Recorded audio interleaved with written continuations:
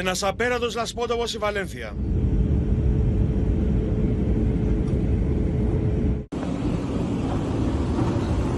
Αυτοκίνητα παρασύρθηκαν από τα αρνητικά νερά, σπίτια και περιουσίες καταστράφηκαν και οι άνθρωποι συμμαζεύουν ό,τι μπορούν στην προσπάθειά τους για μια επιστροφή στην κανονικότητα μετά τις χειρότερες πλημμύρες που είχε να δει η χώρα από το 1996. Just inland from Valencia, we should see around 460 millimetres of rain in an entire year. We saw more than a year's worth of rainfall in just 8 hours, though. A big chunk of that in 1 hour, leading to those devastating scenes of flash flooding and destruction.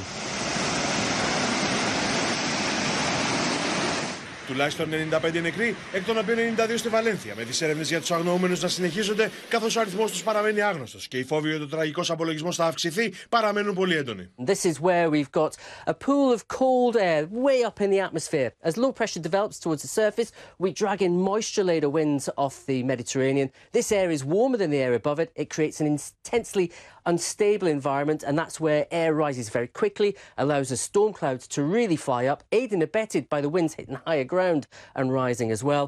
And the higher those storm clouds, the more moisture in the atmosphere, the more we'll like to see those extreme rainfall events. Η καταιγίδα ΝΤΑΝΑ προκάλεσε μια τραγωδία χωρίς τέλος στην Ισπανία και η οργή του κόσμου υφαίνει το γαϊτανάκι ευθυνών για τα αίτια των αποκαλυπτικών εικόνων, αφού το 112 ήχησε 8 ώρες αφού το ξεκίνησαν τα ακραία φαινόμενα. Το μέγεθος της τραγωδίας εγείρει αμφιβολίες για το αν ο πληθυσμός προειδοποιήθηκε πολύ αργά.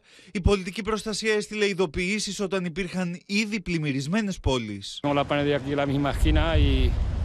Y nada, a 2 metros y medio de agua me he tenido que salir por una ventana como he podido porque ya me llegaba el agua por los hombros.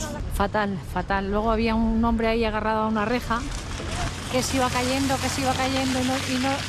y llamando a la gente y socorro y no podían hasta que no vinieron los helicópteros y se lo llevaron. O sea que, pero muy mal. Ήδη αρχές ανακοίνωσαν τα πρώτα μέτρα στήριξης, ωστόσο δεκάδες χιλιάδες σπίτια παραμένουν χωρίς ρεύμα και πόσιμο νερό, ενώ οι δρόμοι είναι αποκλεισμένοι.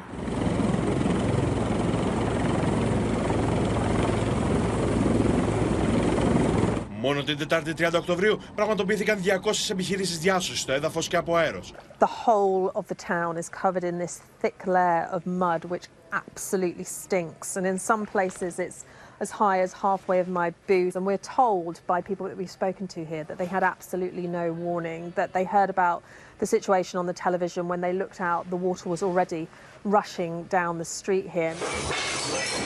Σωστικά συνεργεία και περισσότεροι από 1.100 στρατιώτες συνεχίζουν να διεξάγουν αγωνιώδεις έρευνες μέσα στις λάσπες για αγνοούμενους.